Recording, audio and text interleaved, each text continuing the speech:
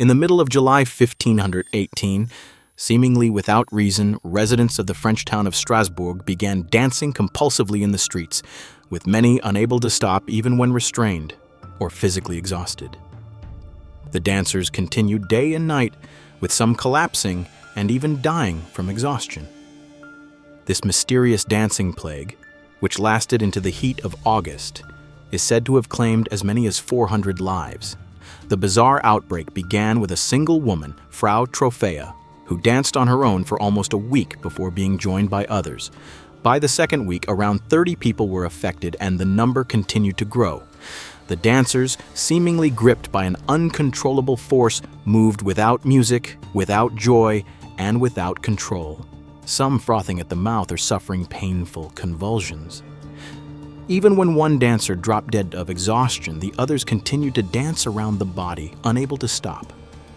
Many cried out for help, but how to help them was a mystery. The city council was baffled by the incident and attempted various cures. They restrained dancers by wrapping them in cloth and herded the afflicted into guild halls where music was played in the hope of exorcising the compulsion to dance.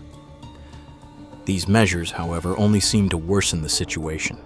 Modern theories about the cause of the plague range from mass epilepsy to communal food poisoning from a psychoactive substance. However, a more unsettling explanation points to a psychological phenomenon rooted in the belief system of the time. Similar outbreaks had occurred along the River Rhine in previous years, though they were smaller and less deadly. The common thread was a widespread belief in Saint Vitus, a Catholic saint thought to curse the sinful to dance themselves to death. This belief, combined with the stress of witnessing others dance uncontrollably, may have compelled many to join the mania, creating a deadly cycle of mass hysteria. The solution, ironically, lay in the very belief that caused the plague. Officials decided to take the affected dancers to a mountaintop shrine dedicated to Saint Vitus, where they could pray for absolution. Many dancers, given the chance to ease their guilty consciences, regained control of their limbs and finally stopped dancing. By early September 1518, the plague had subsided.